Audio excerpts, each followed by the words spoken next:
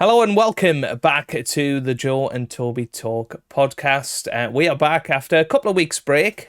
We were going to record this last week, but illness got over me, so we decided to postpone it, much like real life events, really. The postponement of the Emilia-Romagna Grand Prix. So it seems like a perfect time, Mr. Toby Jones, to talk about Formula One, and we had this discussion planned for a while. Actually, we wanted to talk about really where F1 has got to, and both of us, I think, have said where. I think you in particular, Toby, fallen out of love with the sport. Maybe not as bothered about watching it live, that sort of thing anymore, and.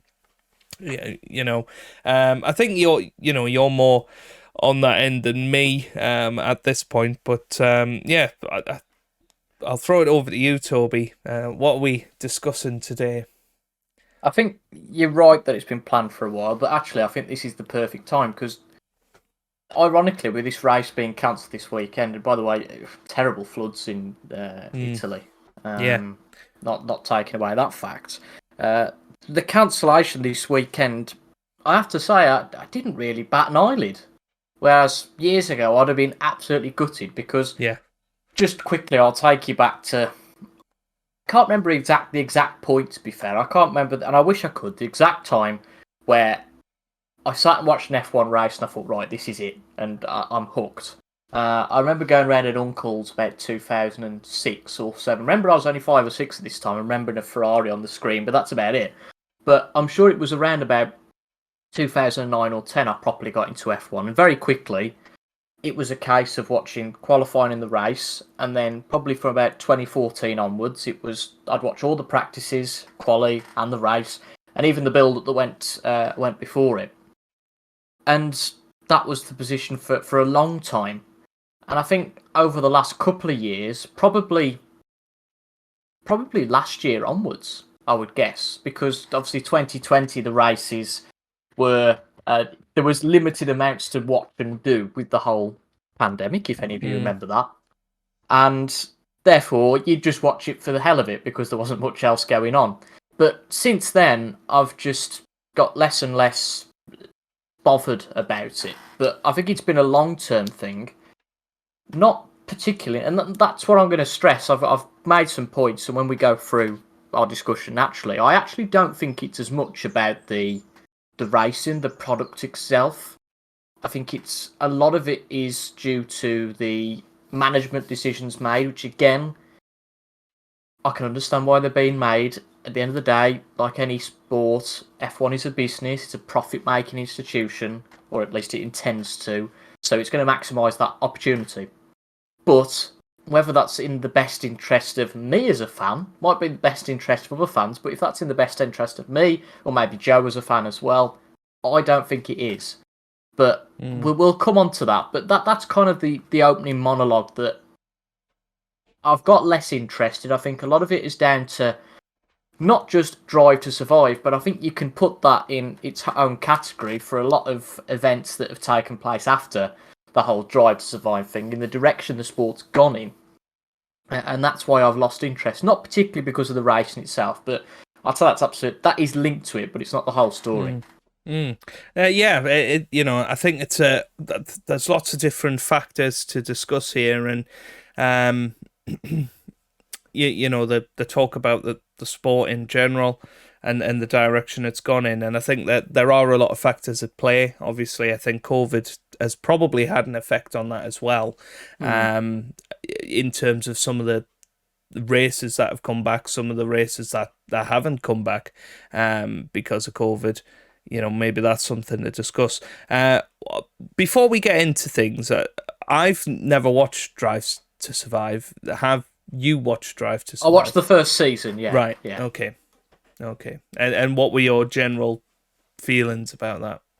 I just didn't enjoy it at all. Now, I come from a background, I used to watch, and I watched them on repeat, the F1 season reviews that Ben Edwards did. Yeah. And the ones that I really focused on, because I believe these 5 years were in the 21st century, F1's golden age. Can you guess what 5 years they are before I... I'm gonna go Sure. 08 to 12. Okay, you're in the right region, 6 to 10. Okay. But I can see the merits of where you're coming from. But yeah, I came from a position where I watched those, and anybody who hasn't watched those before, basically they're probably 3-4 hour DVDs, sometimes split across 2 discs, where basically it goes through each race in turn, maybe sort of 15-20 minutes on each race, and reviews the season as a whole. Now those, and you'll see where I'm going with this, those are absolutely factual. They deal with the facts, it's what's on the screen, it's proper commentary, and that's it. Drive to Survive, on the other hand, does push the boundaries of what's I think's really true. Now, for one thing, I can't validate that because I'm not in the world of F1, but obviously the idea it takes you behind the scenes with all the different teams, albeit I think the first year the top 3, Mercedes, Red Bull and Ferrari, weren't included, I don't think, if I remember right, the first season that I watched. I thought Red Bull were. Maybe Red Bull were. Maybe it might have been Mercedes Ricciardo. and Ferrari. Maybe it might have been Mercedes and Ferrari then. Yeah, okay. But I remember it. What it would do, and one thing that annoyed me, it wasn't like a season review where it went through it as a season. It would kind of go to, say, mid-season where something happened and then focus on, I don't know, McLaren and then go back to the third race of the season. That was but that was only a very minor thing. Right. And then it would be a little bit like, well, these two drivers are at war. There's a massive friction between these two drivers. And you think, no, there isn't. There's no massive friction at all. The whole teammate relationship is that one wants to beat the other. Yeah, I can't remember who the exact teammates were because this was probably 4 to 5 years ago. Because remember, Drive to Survive is probably on its 5th season now. Yeah, I think something like that. What was it? 2017, 2018? Was that the first proper season of Drive to Survive? I know Ricciardo was still at Red Bull, wasn't he? So was that the year that he? I think it was the year he left, wasn't it? So it must be 2018. Yeah, because I'm sure that there was quite a big focus on that decision to go to Renault in one of the episodes. That was a good episode, but there's some of it. It was just, I wouldn't say it was cringeworthy, but it was almost Hollywoodizing the situation, and that was the start of where we've got to now, in my opinion.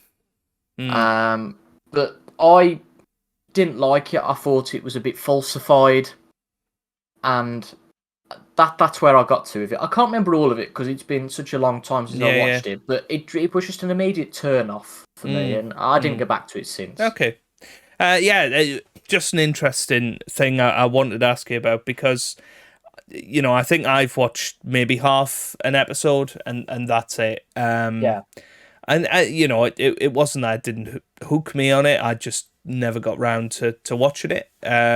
So, you know, but for me, I don't really know what it's all about. So, obviously, if we're talking about the Drive to Survive age, then we need to have some sort of context of what that is. And I'm sure lots of people that are listening to this have watched Drive to Survive. I know it is a very popular thing for classic F1 fans and new F1 fans. You know, it has, like it or loathe it, it has brought in a lot of new football to the sport. So yeah, I totally agree with that. In isolation, the popularity of Drive to Survive is brilliant. Yeah, but it's just the side effects that it's brought on.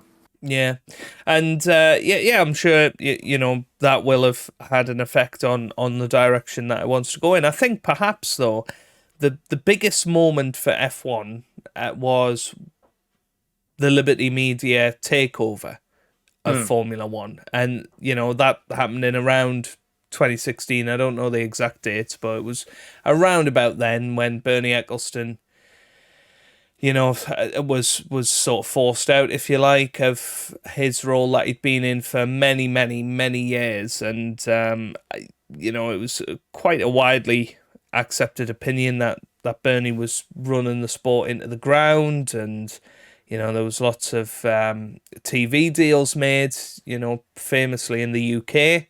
Obviously, we have an exclusive pay-per-view broadcaster now, and maybe that's part of the reason. You know, I was thinking when you said it in 2014, when you said you were watching all the practice sessions, all this and that. Maybe that was one of the first seasons that it was fully available all of the time, because when it was on the BBC, it would traditionally be on the red button, or something similar for practice sessions and stuff. So yeah, I'm sure Sky has done a lot of good things in that, but TV deals for me is one of the big things of why Formula One is kind of the way it is, and I think it's lost a lot of its classic fans through that, because to access live Formula One now, it's a very expensive game.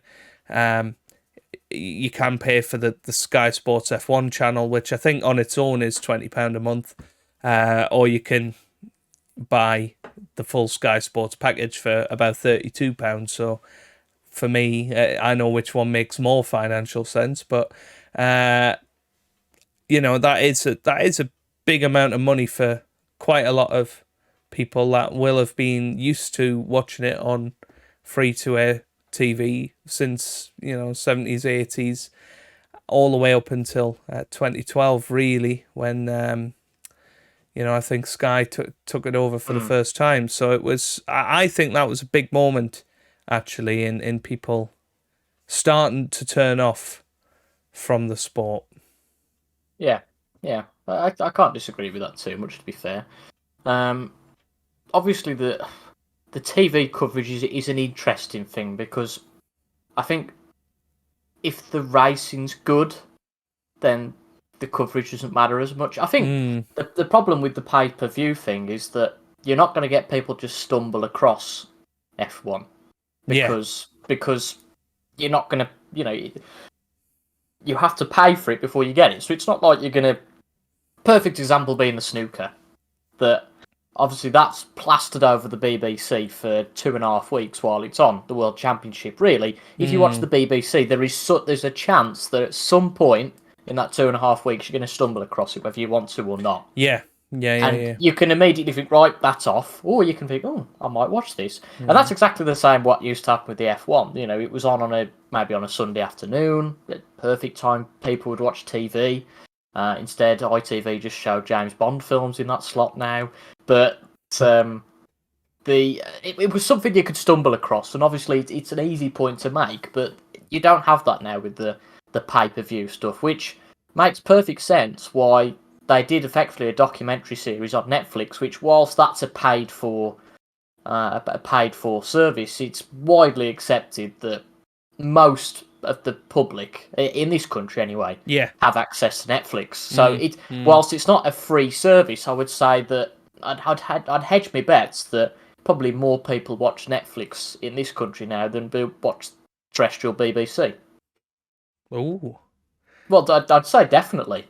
In fact, in this country, I think around the world it's a little bit different, but I think that, we're going into an entirely different topic here, and some of it links very closely to something else that I talk about, which is physical media and everything else. But I think that terrestrial TV, with the exception of sport, has obviously fell massively by the wayside, and I think that's why I would presume that it's got to be close, if not even overtaken the BBC, probably. But I could be wrong on that, but I don't think it's far off. Well, yeah, very interesting. I think, as you say, it's an important avenue for F1 to go down. And obviously that was brought about by Liberty Media. I think when they took over the rights for Formula One, one of the things they said was that they were going to make it more accessible for people, and whether that be through social media or docuseries as we've seen. Obviously that's then transcended into other sports as well, like football. Obviously we've got the All or Nothing series, I think, on Amazon, where it's a very similar style of thing, but in football terms. And that's not really had an impact though, has it? To be fair, no, not on people watching football. I just mean, obviously the Drive to Survive format we'd not really seen docu-series of sports before, and getting behind the scenes, I'm saying behind the scenes in quotations, we'd not really had that access before. So it's interesting that that's had an impact of what television or what streaming television has made. The other thing, obviously, that Liberty Media were maybe looking towards, and you might laugh at this, but obviously Formula E started in circa 2015-ish. Yeah. And the way that was covered was very, very different at that time to what Formula One is. They had music over the replays and that sort of thing. It was very Americanized, is what I want to say. And I think some people, maybe back in 2015, seen Formula E and thought, wow, this could potentially outgrow Formula One at some point. And that was a very credible opinion back then. And I think obviously now we look at that and think, wow, that was ridiculous. But again, that's possibly down to the coverage in the UK for Formula E is shocking. If what was it? Vernon Kay was presenting that sport for a little while, which is just bonkers. But Liberty Media, I think, looked in the direction of what Formula E were doing and thought, well, we need to do something similar if we're to keep up with the times. And obviously they commissioned the Formula One theme, for instance, and the new F1 logo. And I think and the driver intros and whatever. And I think that was part of what they did. But did they make a mistake, do you think, in trying to copy elements of Formula E, in your opinion? I don't think there was any problem with that. I actually quite liked the F1 intro. I didn't think that was, because we've had all sorts of classic intros, even be with the TV coverage rather than the F1 coverage itself. Obviously, the Chain by Fleetwood Mac is the F1 song. Everybody knows it. And Formula One as an entity had absolutely nothing to do with that. It was, the TV companies putting that over the splash titles for Formula One. But whether they made a mistake, I don't think so. I thought the Formula One title was good. It was credible, I think. And the logo change, I think it was kind of a bit of a rubber stamp to say, right, this is where we were, this is where we are now. To be honest, I haven't really got a strong opinion on that. But I understand why they did that. But it was no harm. Yeah, I completely agree. I actually love the Formula One theme. I love the titles going into it. It really makes it feel exciting before the start of the race. I don't know what it is, but it's a bit like a Rob Walker introduction, isn't it? I wouldn't go that far. It gets you, bouncing, ready for the start of it, and I think that was a massive step in the right direction, in my opinion, of what Formula One coverage needs to be. But of course, it all came to a sort of head with all of this, where they had those, cringeworthy, I think, driver. Are you on about Austin here? Well, they had them in Austin. They had them in Miami as well, didn't they? Just the weekend just gone by. Yeah, well, I mean, the ones in Texas, this was about 4 or 5 years ago now, where they got the boxing promoter guy, didn't they, come out? And that was awful. Absolutely awful. Yes. It was terrible. Nobody enjoyed it. And I thought they'd got the message. So when they hadn't done it, and then all of a sudden they do it in Miami, and it's just... it was bizarre, wasn't it? I know Russell's come out, Alonso's come out, I think even Norris has come out and said, we don't want it. So it's not even like the drivers are pushing for it. It's just a complete distraction for them. It's not like the old miserable arse, me, or Fernando Alonso who's saying, I don't want this. You've got younger drivers like Russell and Norris saying it's embarrassing. So I just thought that was just a complete farce. Yeah, no, there are definitely some cringy things to go along with all of the good I think Liberty Media have done, there are some real cringe bits, and that's certainly one of them. And fair play for them for trying something new, but hopefully they get the message this time that that's certainly not what people want to see. Although do let us know in the comments if you were somebody that did enjoy seeing those intros, because I've not seen any positive messages about that, which I think is very interesting. Obviously, the regulations changed in 2022 recently, and for me, I'll open on my opinions on this. I think the regulations were changed for the right reasons. They had the rationale behind it, that they wanted to make closer racing. They wanted cars to be able to follow each other, so to speak. And, obviously they've got this target of net carbon zero by 2030 as well. So that they're trying to go in that direction of making things more sustainable with the cost cap in there as well. But for me, as soon as I seen the cars in Australia, well, not Australia, Bahrain last year, I think it was Bahrain, opened up the season.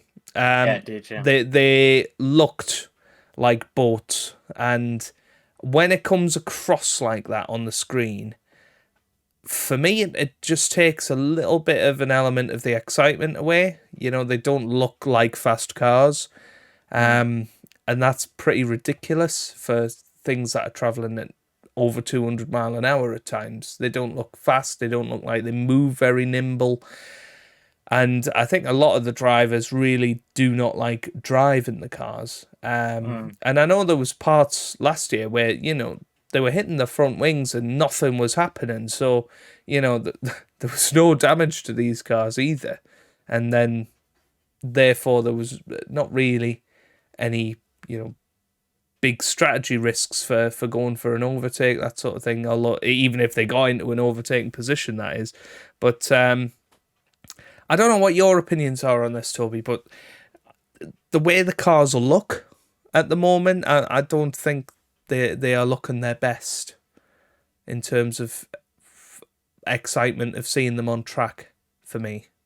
Yeah, I understand. Yeah, I understand what you're saying. I don't feel as strongly as you do, I think, on that. But I think when you probably go back 10 years and look at some of the cars there, you think, that there's some really nice cars. And then I know we had the stupid front wings in 2014. Yes. With the suggestive noses. Yes. And that was, that was a bit of a mockery. And I remember first off, it was 2017 where they had the bigger tyres come in. Yes. And that they took a while to get used to. And then we obviously had the Halo, which everybody said was terrible. And to be honest, you don't really notice it now, do you? You don't even bat an eyelid at it. But yeah, I guess that there's some part of that to it. If they don't look like they should be the quickest cars, then I guess you've got a bit of a problem. It can turn people. I've not had that myself, but I think if that can happen to people, then yeah, you've got a problem.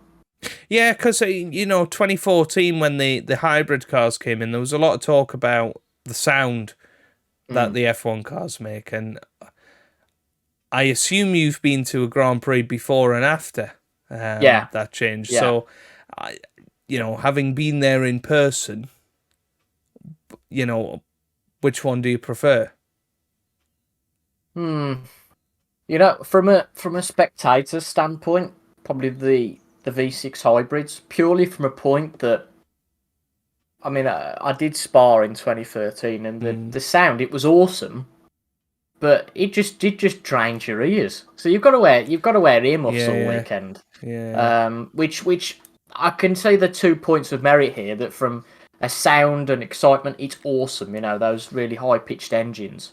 But the V6s, it's not like they're Formula E cars making Roger Whittaker whistling sounds. They're not muted. Yes. They are still very loud. Yes. They just haven't got that high pitch of the V8. So I think that the hybrid thing was a little bit like the whole Halo thing that I think people got past pretty quickly, because you don't seem to hear people talk about it much anymore. No, you don't, do you? No. It is an interesting one, because I know in the first few weekends of the hybrid era they were talking about getting sound amplifiers and all sorts, but that was still in Bernie's reign, and that so shows how far we've come really in And some ways. the rain The sprinklers, don't sprinklers, forget. yeah, it's yeah, it's very interesting, isn't it? How different Formula One is in Hmm. such a short space of time. Um, but I think we've touched on some of the things that have maybe made the sport slightly better. Some of the things are a little gimmicky, and maybe where the sport is failing itself is the constant changes of schedule, or the constant changes of a way a race weekend works. I mean, the thing that got me this year was the sprint race that we had. And I'm not as opposed to sprint races as a lot of Formula One fans out there, but the the fact they changed it seemingly the day before the sprint was about to happen just shows panic for me, that they're worried that the sprints aren't working. Oh, right, let's just change it. I don't know why that wasn't set in stone at the start of the season, that they were going to run a different sprint format, and it just, yeah, it looks incompetent to me, really. I don't know what your views are. I know you're not a fan of Yeah, the sprint. it does. I think this is probably a perfect point to bring in my props that I was talking about earlier, because as I hinted at, I don't think it's the racing as such that's been the problem. I think it's been the decisions made for the show, Mm, you've probably heard it called a lot of times, to almost force excitement rather than naturally. So I think the first we probably saw this was actually going back to 2011 when they brought DRS in, right. because obviously we had the famous Abu Dhabi 2010 race where Alonso couldn't Yes. get past Petrov. Petrov was in a tank, obviously, and Alonso Mm. couldn't get past. And they brought DRS in to make it easy to overtake. Now, you might look at that now and think, well, it wasn't really, but it absolutely was back in that day to make more overtakes. And it had a massive difference. I actually had a look at this last week when we were going to do the podcast. Mm. I'm just going to open up this spreadsheet that somebody had done. So, looking at. So it wasn't well, you I mean, that did the spreadsheet, no? no, it wasn't, For thankfully. once. In 2010, the whole season, 19 races, there were 615 overtakes. Okay? Right. In 2011, how many do you think there were overtakes? I feel like in China alone there was about 60 odd. So I'm gonna say 1,120. You're not far off. 1249. There you go. Double in a year with exactly the same amount of races. Now, I'll bring it back to my main point in a minute. The main reason I looked at this is whether I thought, have we got to a point now where we don't have overtaking? Well, I'll very quickly run through the figures. So 2011 was 1249. I'm going to do it per race, so obviously the amount of races fluctuated. Yeah.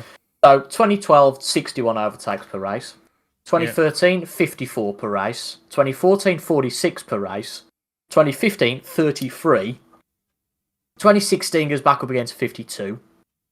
2017 goes down to 25, but then from then onwards we've gone 36 in 2018, 45 2019, 37 2020, 35 2021, 42 2022, and then so far in 2023, 37.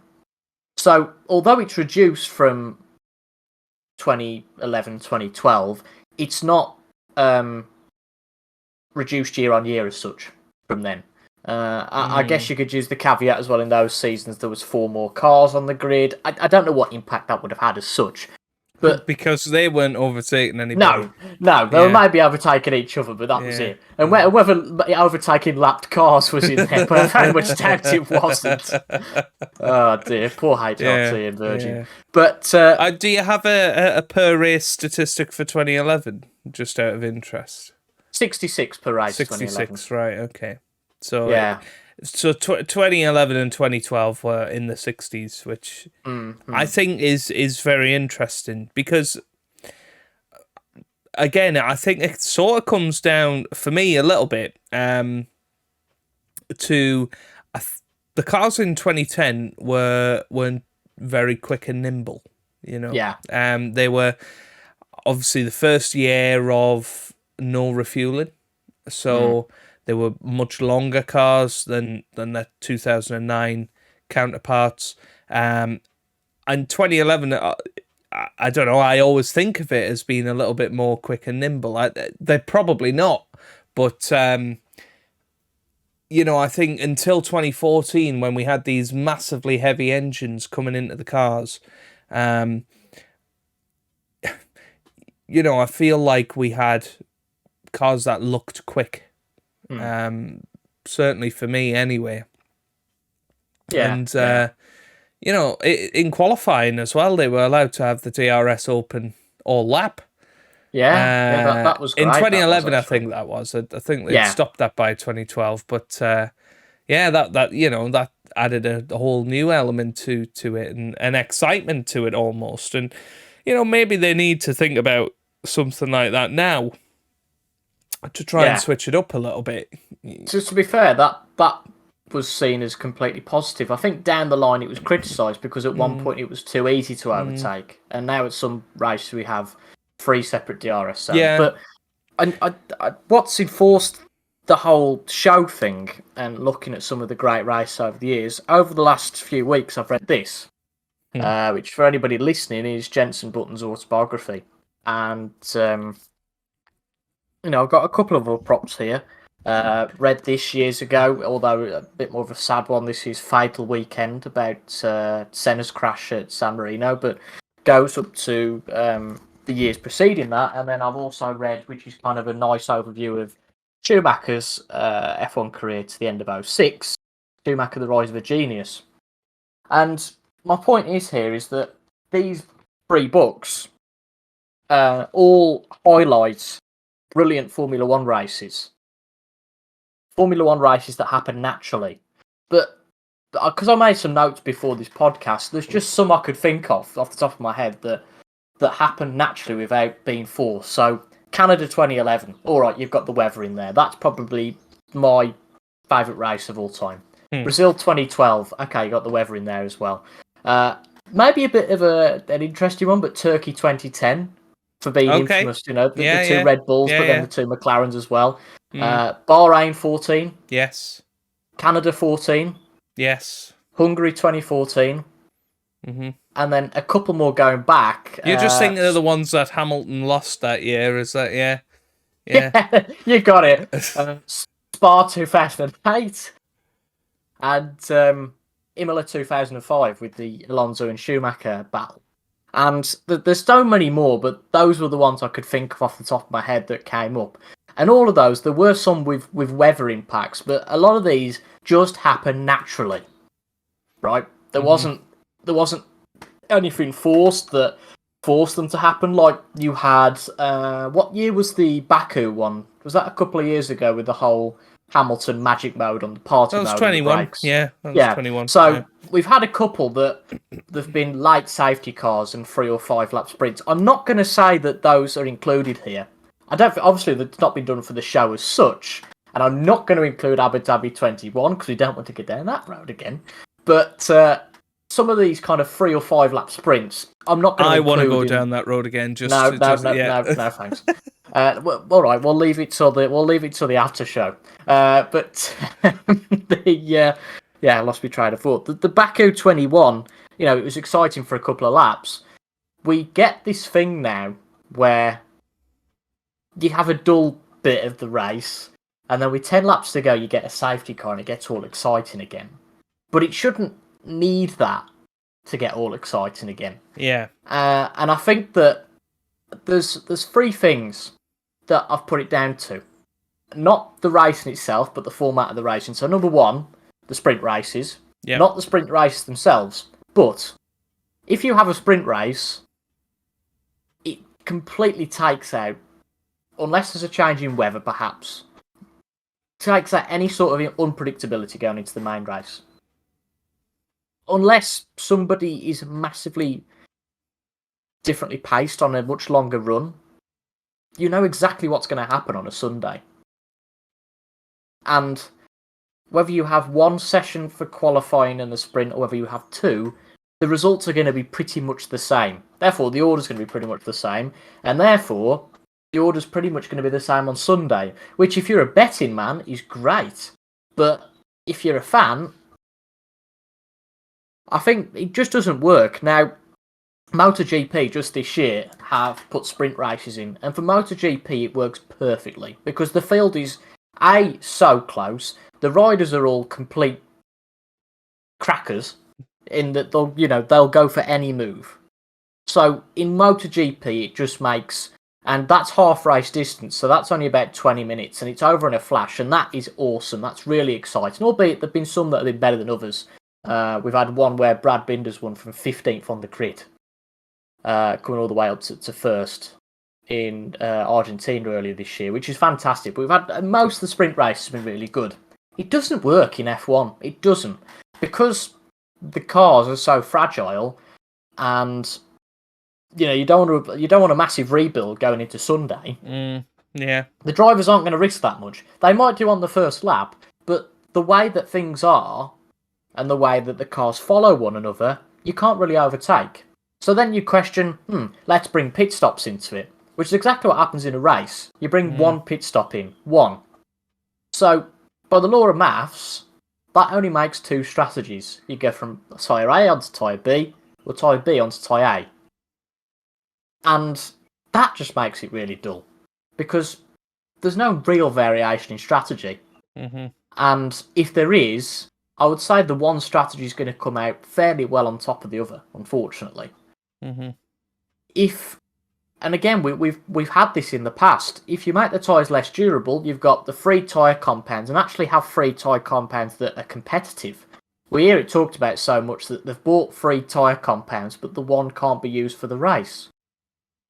Like, I remember a couple of years ago in Spain, the hard tyres just were not runnable at all. Yeah. Why bring a compound to a race if you can't run them in any condition? Yeah. I understand a bit more if it's the softs, because you run those in qualify. I can see that rationale and the logic a little bit more. But for the harder tyres, I just don't understand that. So I think that's number 2. Increase the variability in strategy, and I think you get a bit more excitement. Unfortunately, I remember somebody saying this to me a couple of years ago. It's so weird to have a sport where it's not decided when they're overtaken on track. It's actually decided when one's stopped and the other one's going that decides the race. But I think that's the way F1's been for years. And this comes into number 3, which, if it ain't broke, don't fix it, and that's qualifying. I think we are both agreed that qualifying is the best hour of the weekend. I remember when you weren't so much a fan of qualifying as I am anyway. But well, maybe that's because the race sessions are so poor now that qualifying is inflated. I don't know, but because, to be brutally honest, most weekends now the qualifying order is there or thereabouts where the race finishes. Yeah. No, I completely agree with that. And I think qualifying is particularly exciting when the field is close. And over one lap this year, the field is pretty close. So that's, when you can have a Mercedes going out in Q1, or you can have, McLaren's getting through to Q3, and then the next race they're going out in Q1. I think that's exciting, personally. We don't need 2 separate sessions, though, do we? We don't need a qualifying and then the sprint shootout. That's I think they just need to, if they're going to have a different format, if they're going to have a sprint qualifying session, it needs to be a different format. It shouldn't be S1, S2, S3 as it was. That was a bit silly, really. Or SQ1, I think it was, wasn't it? SQ1, SQ2, SQ3. Perhaps you bring back that elimination format. Either that or the one lap format. But have all 20 cars in the elimination format and just have them running for half an hour, say, until it's down to the final 2 that go for pole position. I think the fact it's a sprint qualifying, it shouldn't be an hour long again. I know it was slightly shorter, but because of red flags and whatever, it ended up being longer than a normal qualifying session. So People don't have the time either to watch it on, well, not on a Friday. You know, no. this is the thing that they have to think about when we go to, say, Japan, or you know, even the likes of America, are running on different times. And if you do a sprint qualifying on the Friday, people are going to be at work, or at least going to be getting up for work. In the case of Japan, and it's not like a Saturday morning where most of the population are off on a Saturday, therefore can afford to get up a little bit earlier and watch it. But yeah, I don't know. I do quite like having 3 days of action. I think they're going in the right direction in getting rid of practice sessions. I think 3 full practice sessions isn't needed anymore. And I think if you're going down a sustainability route, I don't think it's a good idea to have 3 practice sessions. I think at most 2, maybe 1 on the Friday, 1 on the Saturday. But I think if you're going down that route, you have a 2-day weekend. Yeah, I agree with that. If you're going to get rid of practice, I don't see the merit in having 3 days. There's not enough to make up 3 days. Just to touch on the qualifying bit, though, again, there's been this new change announced that they're going to trial using the same tyres in the sessions. Yeah. So hard tyres in Q1, medium in Q2, soft in Q3. It's just that whole thing again. If it ain't broke, don't fix it. Yeah, I suppose, some weekends we've seen a particular team struggle with one type of tyres. So are they hoping that there comes a weekend Ferrari really struggle on hard tyres and Ferrari go out in Q1 because of that? But realistically, the order's going to stay the same, isn't it? It's not really going to change anything. I mean, speaking of tyres, while we're on the topic of tyres, I actually think they should go back to just 2 compounds. I think we've seen a lot more variation in strategy when there was 2 compounds than 3. Simply because you had to run the softs and the softs and hards, as it would have been back then, prime and option. You would have to run both of them during the race, and therefore, even if you have a particular Grand Prix where the softs aren't great, that disadvantaged the top 10 because they had to start on the tyres they qualified on, which therefore meant that you had some of the midfield riders running up near the front for quite a chunk of the Grand Prix, and the other guys having to come through that in a reasonably efficient manner in the race if they wanted to win it. And I think that's almost where we went wrong, is they brought more compounds in. They then took out the rule that you for Q3, because you used to have to start on your Q3 tyres. Then they moved it to Q2, and now it's just open choice for the Grand Prix. So I think that's definitely a case of if it ain't broke, don't fix it. And they did try and fix it, and I think it's actually worse. And that's maybe why we have such mundane races, because nobody is on a dodgy strategy at the start of the race anymore. I think that's such a great point. It really is. I didn't think of it so much like that, but you make a great point. I think what that does is extends the excitement of the race. The Azerbaijan Grand Prix a couple of weeks ago, and that's one of the main reasons why we wanted to call this. So again, going back, I'd watch all the race, etc. And I got to, I think it was lap 25 of the Azerbaijan Grand Prix, because it started at midday and the snooker started at 1 o'clock. And I thought, well, I want to watch the snooker. And if anything exciting happens, I'll know about it. And I went and watched the snooker, and I looked at the leaderboard, and from lap 25 to lap 56, or whenever it ended, the top 8 didn't change. At all. Yeah. And although you could say, well, that can happen, that's pretty regular now on most weekends. Yeah. That pretty much from the start. It's the whole gimmick of, well, it's only the the first couple of bends you need to watch, and that's it. And that's pretty much right. You know that realistically the order at the end of the first 3 laps is going to be pretty much the order, unless somebody's starting down the grid, obviously. And Yeah. that's the whole stupidity of, this thing where we're 2 laps in and then we get 68 different angles of the start on replays. Theoretically, that point, lap 3 or 4, should be the most exciting point of the race, because drivers are just starting to get DRS.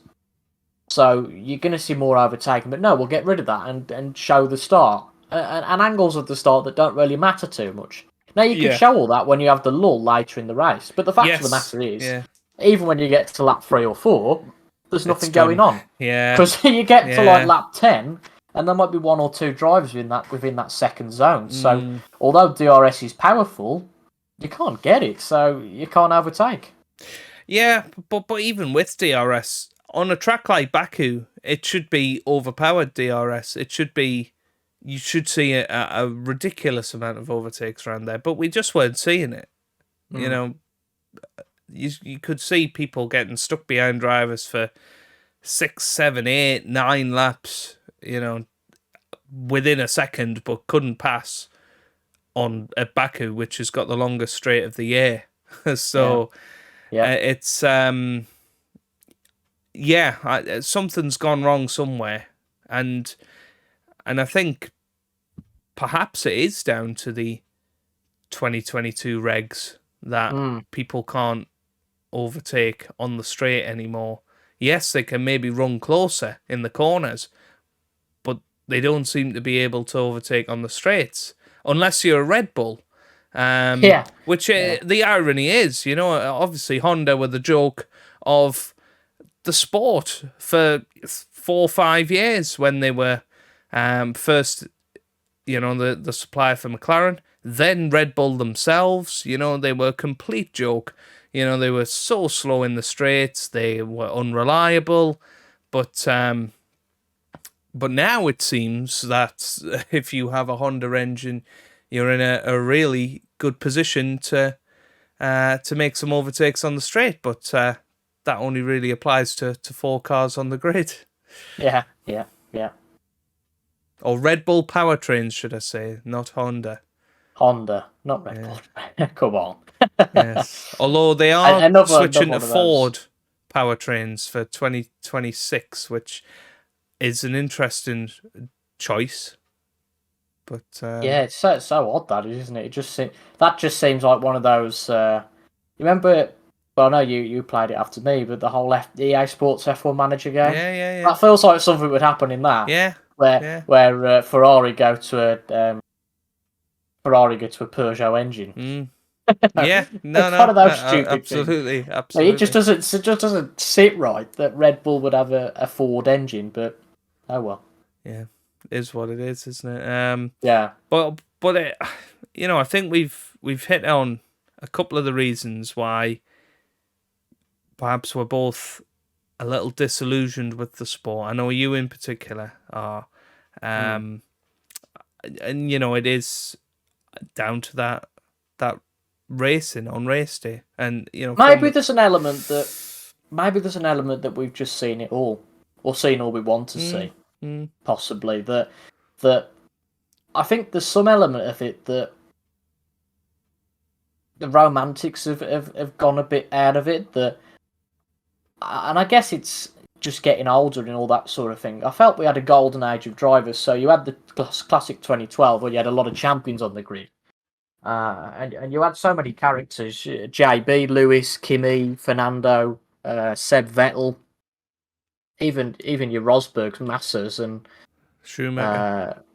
Obviously Schumacher that year, and they were big names, and you would gravitate towards drivers. And I think, in fairness, that's what Drive to Survive has done. That people, and there seems to be a lot of support for all other drivers. I mean, MotoGP still has got a Valentino Rossi lag, that you still have people turn up in Valentino Rossi caps, and you feel like saying, hello, he retired 2 years ago, by the way. But with F1, it is quite nice that there's there's support for every team, which is great. You obviously get the whole toxic thing on social media, which I'm not going to go into, and I'm not really that interested in.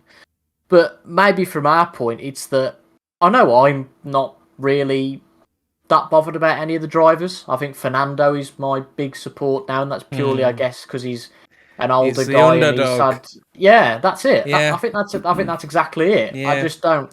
I personally, and it's nothing against any of the drivers, any of the personalities. I just don't have that pull towards any team, any driver anymore. Because I think all the with the team, it's a bit like football, isn't it? With managers, I'll give you an example with Forest. I really like Steve Cooper.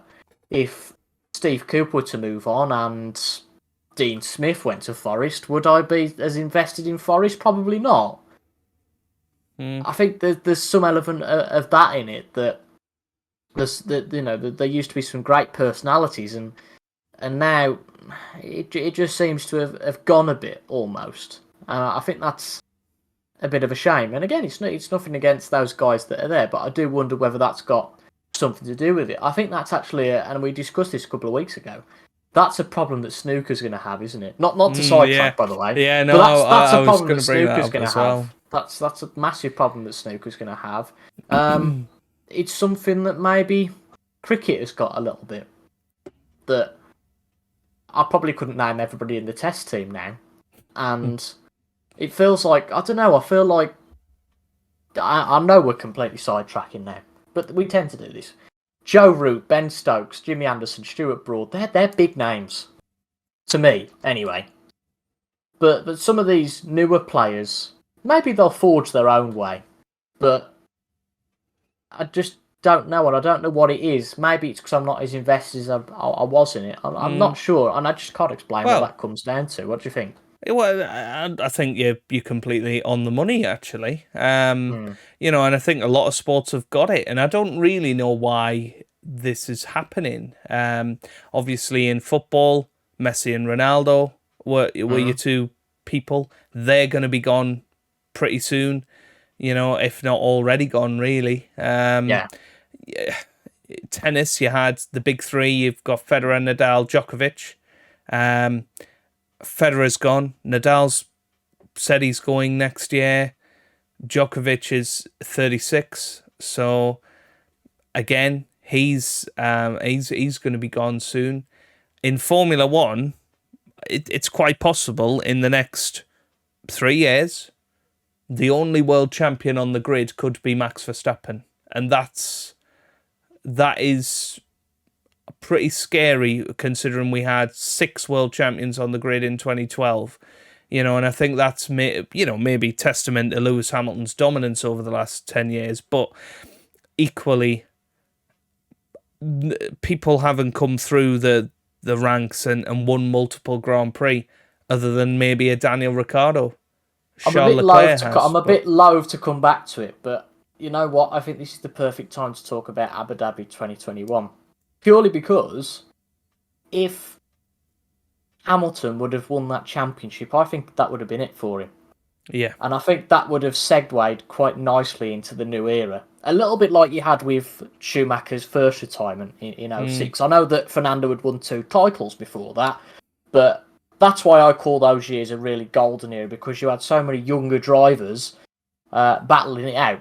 You had Kimi, you had Fernando, you had Jensen, Lewis, Felipe Massa obviously as well, and other drivers that were coming through, and then obviously Seb and Mark Webber later in the decade with Red Bull.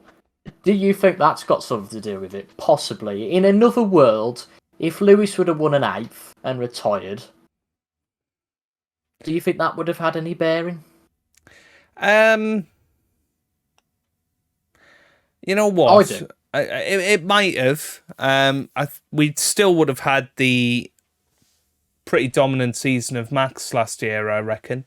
Or maybe not. Maybe because he would have been going for his first, perhaps would have had a bit more like in 21, a few more mistakes in there.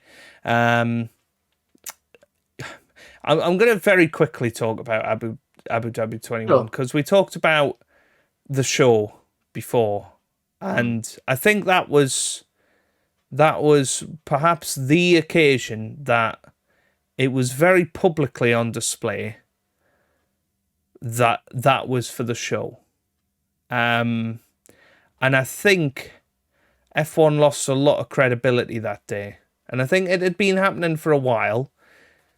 Things were being done that people didn't agree with the stewards, and, you know, this, that, and the other. There was obviously Spa 2021. That was a farce. There was Saudi Arabia 2021. There was lots of incidents there. There was Brazil 2021. You know, it was all building up, and I think the moment that Michael Masi or whoever, you know, Michael Masi's taken the fall for it, made that call to say, right, we're going to have one lap of racing here. That, no matter what else happened on that day, no matter who won the championship, that moment destroyed the credibility of Formula One as a sport, as a sporting spectacle. And I think it will take a long time to recover from that, because I still see it now. People, you know, go on about Lewis being an 8-time world champion, and, you know, Max is a fraud and this, that, and the other. And you know, there's been a lot of stuff about Felipe Massa. You know, having a court case for 2008, and people saying, well, it's all right, Lewis has got 7 anyway. But you know, I agree in a way.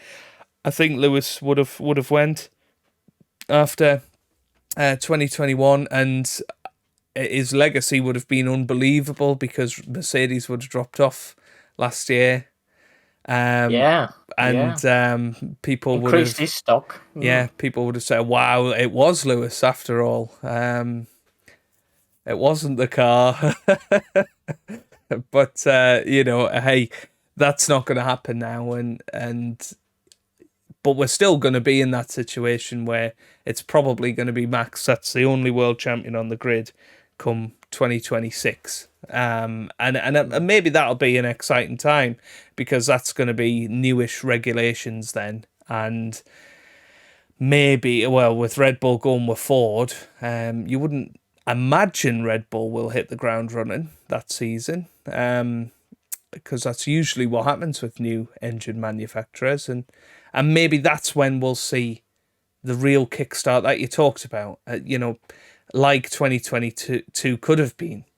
Maybe 2026 is going to be the year where we see Russell and Norris and Leclerc and Verstappen and Logan Sargent, who knows, battling for the championship. Hopefully Nico Hulkenberg as well. That's a pipe dream. That's yeah.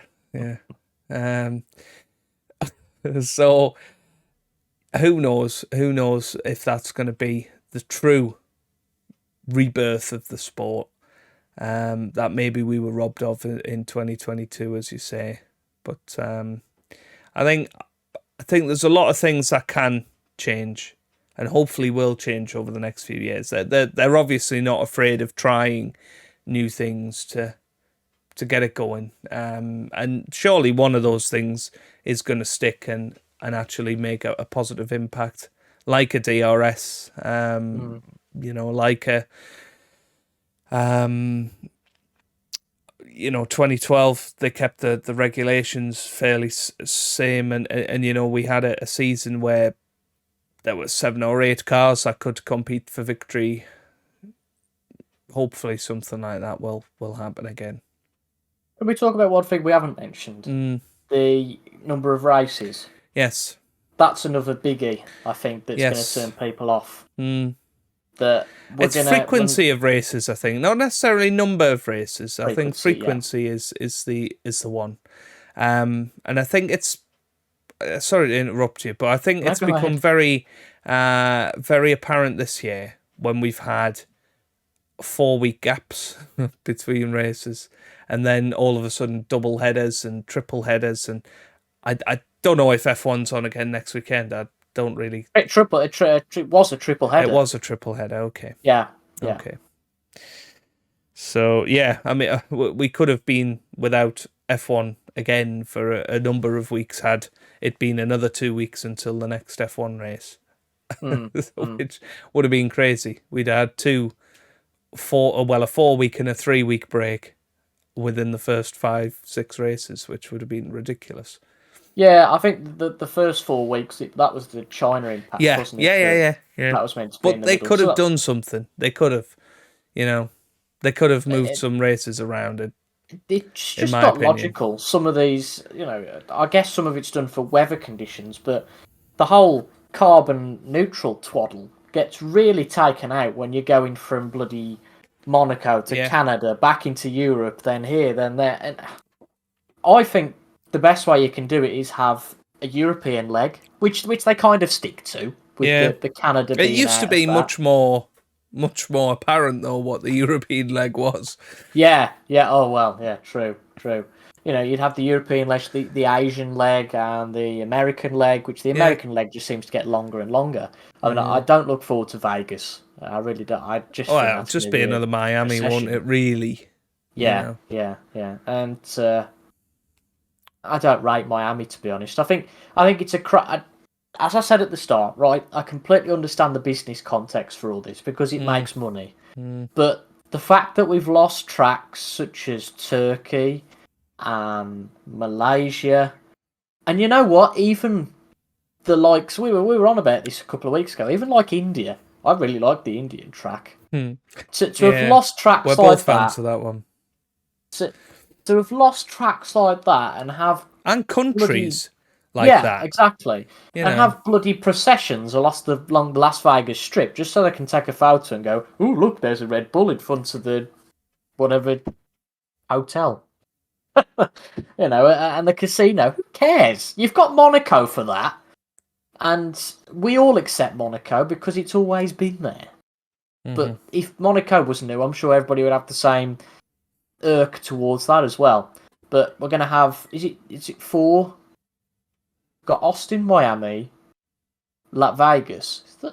Is it just 3 American races? Yeah, Or am I 3. missing? Yeah, just 3. Yeah, for now. Yeah. Yeah, for now, that's a big thing. I mean, in fairness, some of the newer races, Mexico has been a good addition to the calendar, I think. Help me out. What are the other ones? I mean, Baku's been decent, I think. What are the other Mm. relatively new Well, tracks? we've got Zandvoort. Mm, ish. I mean, what about the other day? I said I didn't even know France had gone. Yeah, That was yeah, news to me. yeah. But But that good hadn't been riddance to on the calendar France. that long, you know.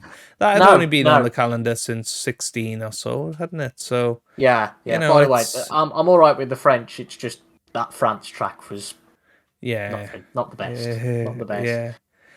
We've Um, lost Germany as a country as well, which is a crying shame. yeah. But that's one of the things I was talking about before. You know, we had that 2020 season, which was really weird. And we went to Portugal. We went to Imola. We went to the Nürburgring. Mugello. Mugello, yeah. You know, we went to some bonkers tracks that year. And for some reason, Imola stayed about.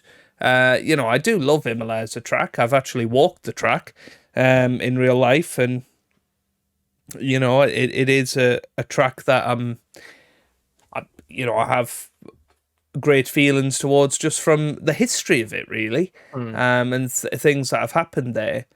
But it's not great for racing, so No, it's a bit of a strange one to have on the calendar again in this day and age when we've got so many tracks out there to choose from. You know, I seen an article a couple of weeks ago about South Korea potentially coming back onto the calendar, but not at the not Shanghai, Youngam. Pyongyang international circuit. What? Why would you want a new track in South Korea? You know, there's nothing wrong with the South Korean track that we had before, in my opinion, No, anyway. We I had some think the good problem. I races think the there. problem with the Korea track, it was just a route march to get to. I think it was in the middle of nowhere.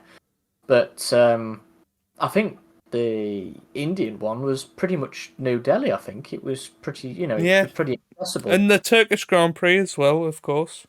Yeah, Istanbul. We had Yeah. that back, didn't we? But then that's gone now, and Yeah, I think the number of races is fine. Actually, I think we could have 24 races a year. It's the frequency of races that I don't like. We seem to have this absolute need for it to start in March and end in December or whatever. Um, I think you can have too much of a good thing. With Yeah. sends it the other way. I think 24 is probably pushing it a little bit, but we did have 20 races in 2012. Nobody complained then.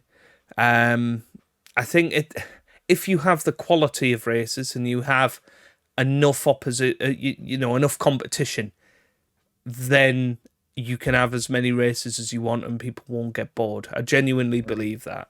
I think if the 2021 season was still going on now, I don't think people would be bored of it because it was so dramatic. It was so back and forth.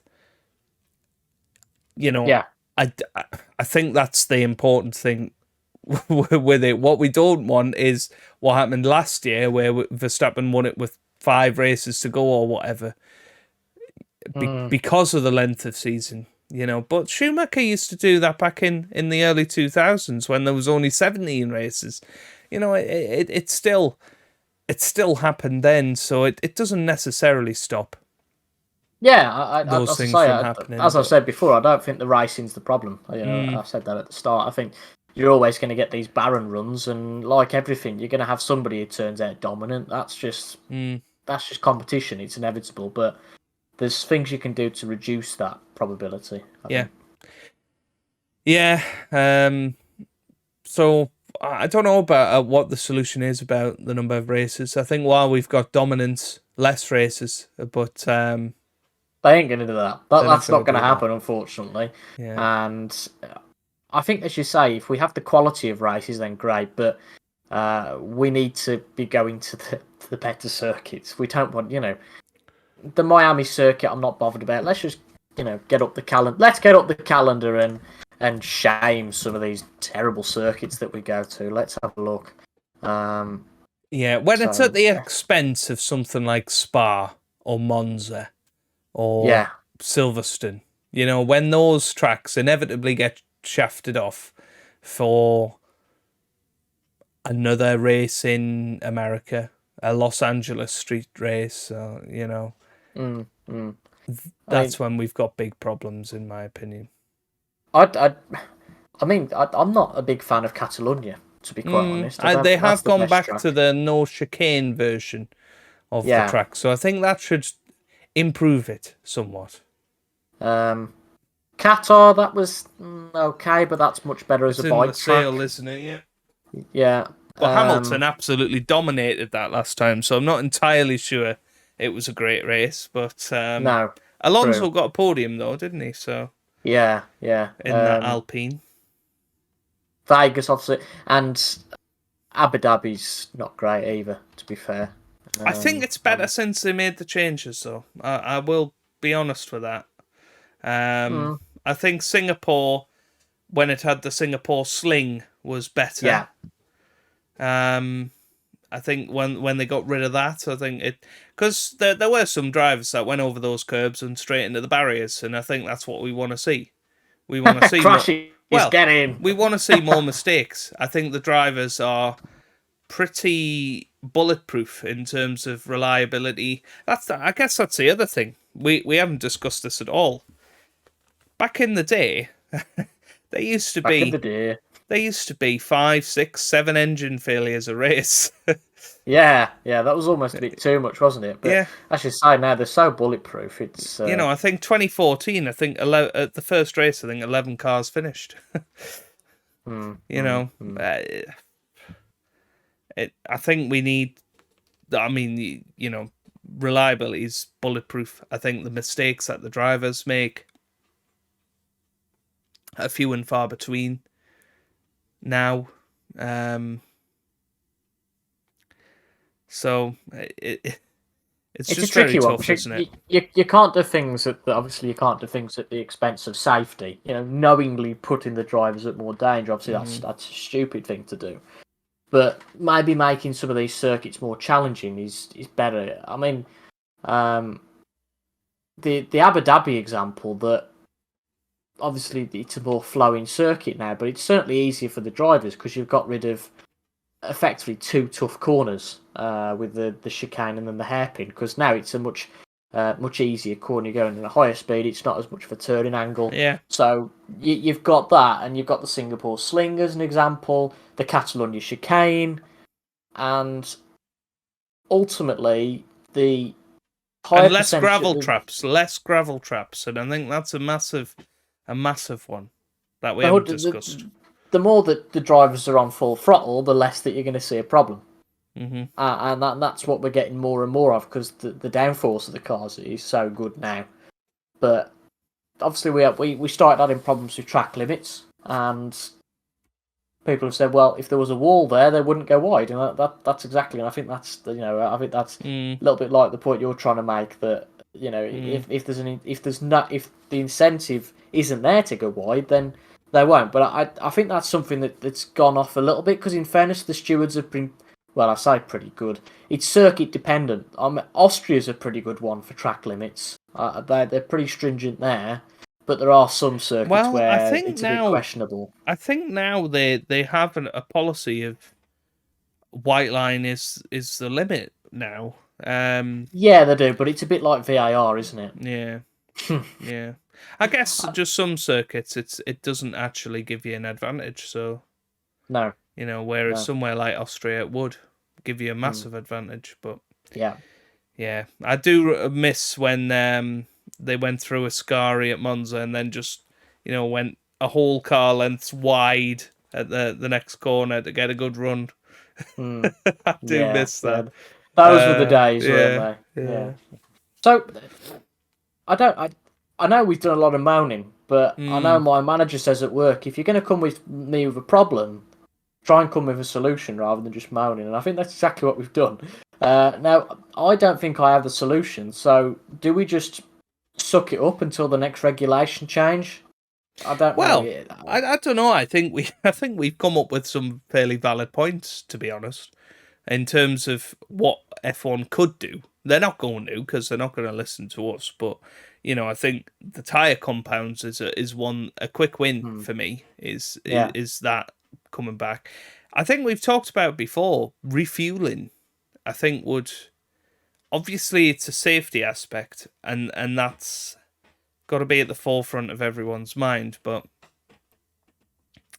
that good point. That massively changed races. It got Force India a pole position at Spa 2009. Because they could drain the car of fuel for qualifying 3. And I think that would be massive, actually, refueling. But it's just creating more variables, isn't it? Without it being ridiculous.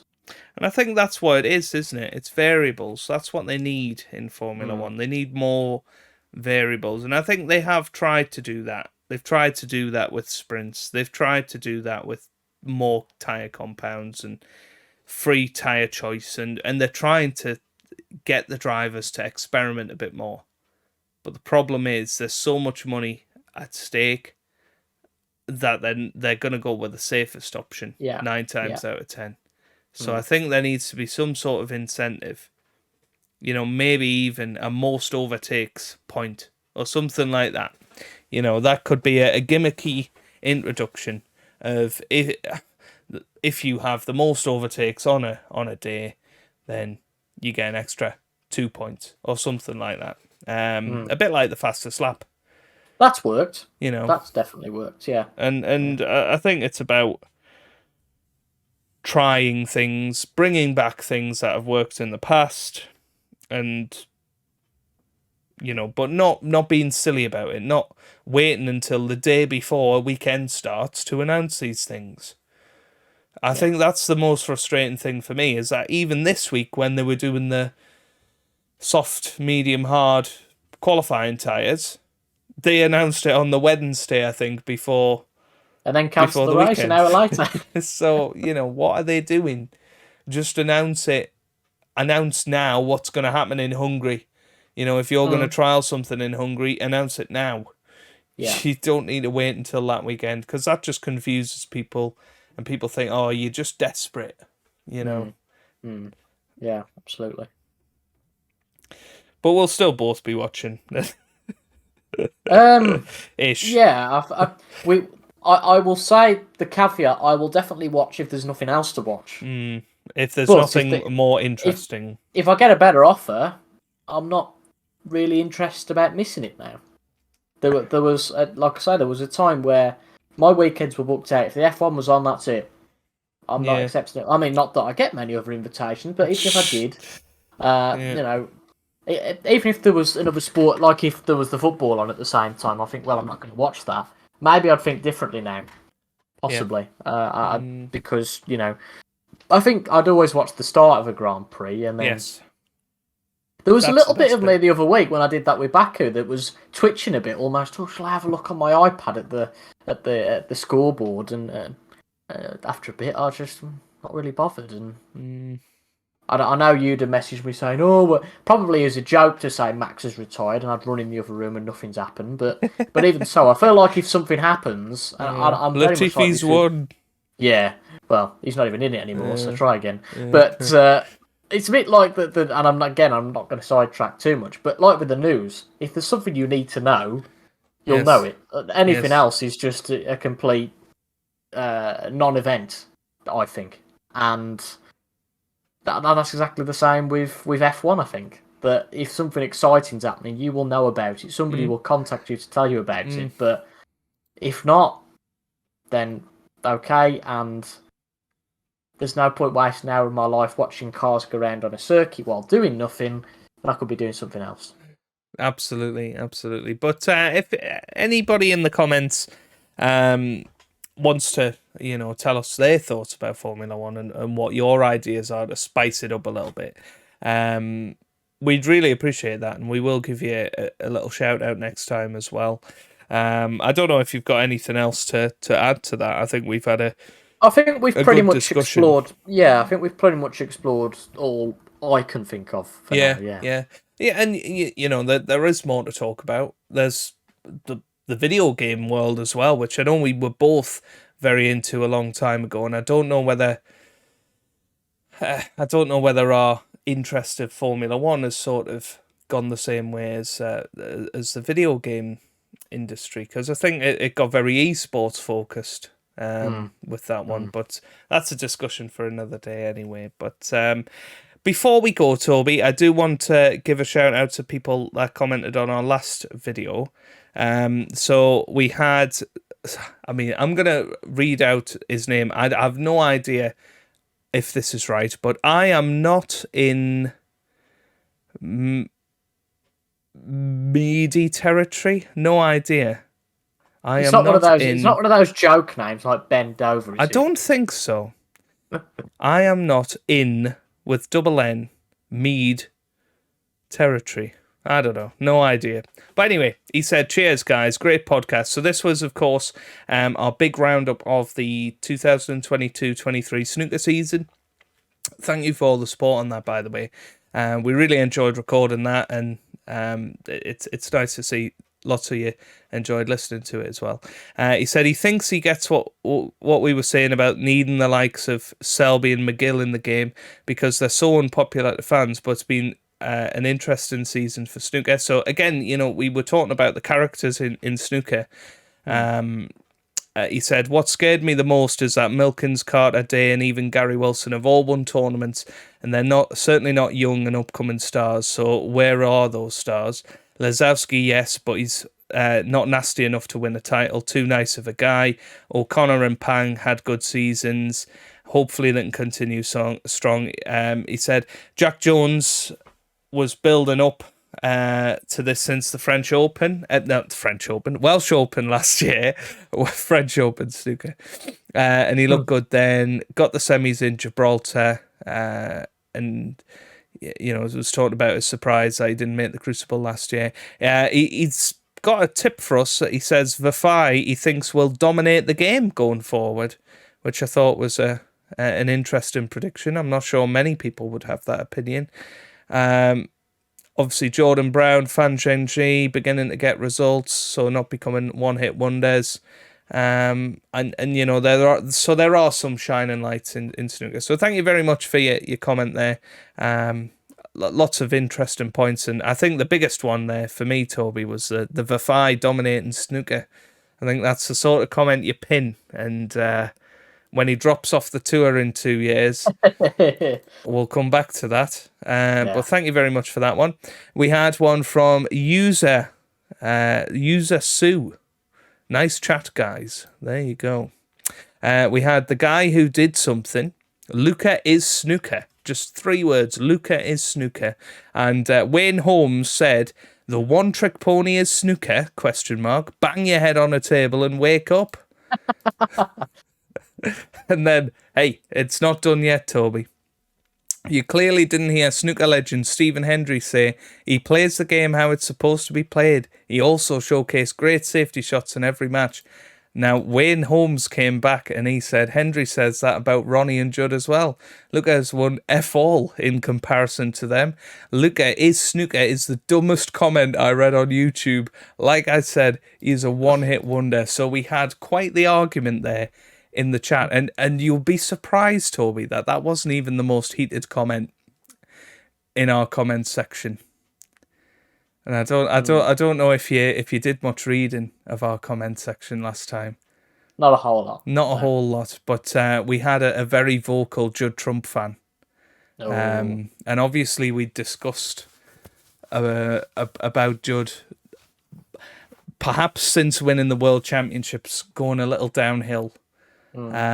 Particularly, and I think maybe we didn't make this clear enough, but I think our point was about Triple Crown tournaments and, you know, the very biggest tournaments in snooker. But Joey Hitchin, 273, got very upset, actually, Toby. He said, lads, Judd Trump went on to win 12 ranking events in the 2 seasons after his first world title, both talking utter dribble. Well, to be fair, that's in our name, isn't it? Joe and Toby Talk dribble. That could be it. It could be our name. It could be our name. I think, in fairness, you know, we didn't necessarily celebrate his success in those ranked events, but I think the point we were making is you can win all the Gibraltar Opens you want, but unless you win multiple world championships, ultimately you're on the same level as Graham Dott. You know, who's won one tour, which Neil Robertson will forever have that as well. But at least Neil Robertson, I suppose, he's gone on won multiple Triple Crown events elsewhere. You know, and I think Judd Trump may well go on and do that. There was quite a lot of people, you know, getting involved in this chat, saying Judd Trump's a choker. And somebody said Judd is one of the most hyped up, overrated players of all time and one of the game's biggest bottlers. Lost 2 world and 2 UK finals. So I think we started something here, Toby. We started a bit of an argument in the chat about Judd Trump. I don't think we ever called him a bottler, though. To be fair, although he has bottled a lot of big matches. But I don't think we called him a bottler. But Joey Hitchin, who was very upset about Judd Trump, he's finished off saying that me and you were on our mum and dad's Wi-Fi. So I don't know if you have any response to that, Toby. Not particularly.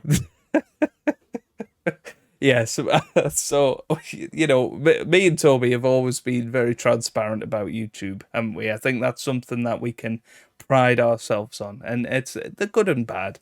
You know, sometimes we get, I don't know what you want to call them, Toby, idiots in the comments. You know, ill-informed people, I think. You know, perhaps don't know how into snooker we are. But that was an interesting comment to have. But thank you anyway for your comment. As I say, you will get a shout out if you do comment on videos. We did just want to give a shout out to those people and thank you for the discussions. But yes, we do know what we're talking about with snooker. I think it's fair to say. So we will move swiftly on from that. But Did we upset Felipe Massa in this episode? Just trying to think who we upset. We've upset. For once, I haven't got a Max Verstappen dig in there, so I think I'm safe on that front. We did bring up Abu Dhabi 21. Ooh. That could cause a bit of controversy. We also brought up the fact that we think the India circuit was good. Maybe there will be some passionate fans out there that think the India circuit is awful. And some people might also think that Formula E is better than Formula One. So we could have upset a large number of people in this episode, Toby. Well, that's what we aim to do. Talk, dribble and upset people. Bit like Simon Wait Jordan. until our general election special in about a year's time. That will definitely upset some people. Yeah, I might need to reschedule that. Yes, but it's been a cracker as always, Toby. You know, we do relax with this.